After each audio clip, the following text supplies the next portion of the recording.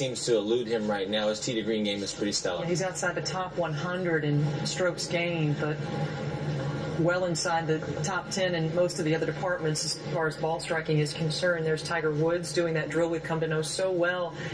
And notice specifically, what is he thinking about here? Face rotation? No, right now he's just trying to find a straight putt. Okay. So he's going to dance around a little bit and work on that right hand, find what he feels is a straight putt, then stick those tees in the ground and then start his routine. Why? Why the straight putt? Just getting a feel for the good, pure stroke? Well, because if you only have half the hole to work with, so if you pull one and it misses, then you know that obviously the face is shut and vice versa. So he works with those tees to work on path, and then obviously with the straight putt knows what the face angle is doing through impact. Frank, we remember the stroke so clutch for so many years. We were doing features left and right on the guy who just could not miss, especially when it mattered most. And in recent years, that has not been the case. Today, where is he with this stick that has been so good to him previously over the years? Kelly, that's a great question. I actually think there's probably only two people that could answer that.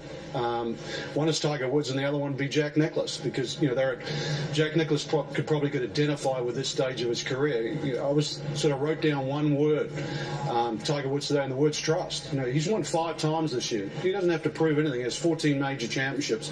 Like I said, the only other person that could identify with that is Jack Nicklaus on what you've got to do, and somehow he has to go out there and be a little more youthful, I guess, and not play like an elder 37-year-old. If he stopped playing golf now, right today, and never ever played another game, we will remember his name forever and a day, just like Jack Nicklaus. So now everything's gravy going forward, and just somehow stand on that first tee and act like you own the place.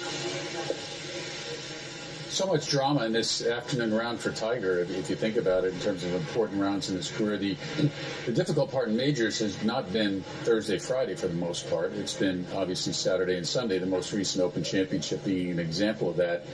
And so he's got to do two things today. One, make the cut, and then two, kind of shorten the distance between him and Adam Scott, obviously. And as you said, Kelly, you're absolutely right. He's looking at Webb Simpson's score right now, saying if Webb can do it, I can do it. But this will be a captivating afternoon to watch Tiger and how he manages his emotions and his golf game, and if he can put himself back in this golf tournament and change the conversation. Because again, he's kind of come in here with a little bit different tune. Now it's not a great year to win a major championship. He's already had a great year by winning the 5 that he's had. So, but I don't know how many people are buying into that, quite honestly. Notah, why? Why is he dominating in his personal playgrounds like Bay Hill and Doral and Firestone, yet in the majors, putting himself there and not finishing like he once did? What's the difference? What's missing? Well, I just think it's a process for him. It was a process for him to come back from the scandal. It was a process for him to be able to win on a consistent basis, and you've just seen this natural progression. He got back in the winner's circle on the PGA Tour, then had a multiple-win season, and now is having a phenomenal season in regular PGA Tour events. And these things are not as easy to win as regular PGA Tour events. There's only 4 a year. He won the Players' Championship the year, which is by some, or wants to be considered, the 5th major.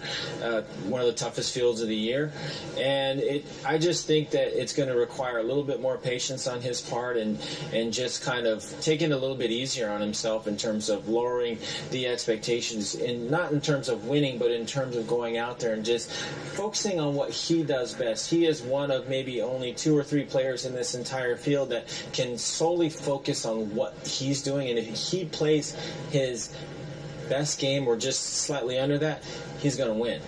If we can just go in a little tighter on this putting stroke, it's very hard to criticize a stroke that's been that good, but just the one thing with his the backswing is absolutely beautiful. But sometimes when he does this, well, actually he's put his left hand back on now. When he does the right-handed drill a lot, he almost gets that recoil sometimes. And you've seen him putt. When that putter flows through, you can see it there a little bit more. When it gets that 6 inches past the ball, a nice flow, he putts amazingly well. Just every now and again there's a little recoil, but those tees are so close together. The path is so good. And Frank, you made a great observation yesterday in the sense that when players are holding their finish through the impact, and they're confident, they're trying to roll the ball, they're not trying to make putts. And there's a big difference between that from a mental standpoint. Players that are confident in their stroke, are trusting their path, are trying to make the putt by putting a great roll on it. And if you look here, what the average golfer should look at is a couple things. Is he's working on his path, and there's not a lot of margin for error between those tees. But secondly, if you widen the shot out just a little bit, you can see that his head movement is very minimal. And the putters that are most consistent over a longer period of time have minimized all those little minor movements that can throw the face angle off a quarter, an eighth of a degree. That will cause you to lip out a putt here or there. Well, okay, you're watching this, and this is a staple for him. We've been reporting on this drill for months. I don't know how long he's had it in his arsenal, but for as long as I can remember, Notah, I mean, forever. Since junior golf. Since junior golf. So when he goes on to the golf course and he's faced with a putt of this length, which he has made umpteen million times in his career, is he imagining two tees? Is he imagining what he's doing here and taking it to the course? Or is he freeing it up and, in his father's words, putting to the picture? One of the things that I constantly try to remind him of is what Earl used to talk about. It's just, Earl used to have conversations, and I was privy to a handful of those conversations of just trust your stroke. See the picture, trust your stroke. And the more that he simplifies the way he's going about it, the better he putts. Now, he has to have his technique in line, which he's done with that drill, so he's just brushing up on it. He's not really working on it, just double-checking things and going through his checklist, getting ready to play.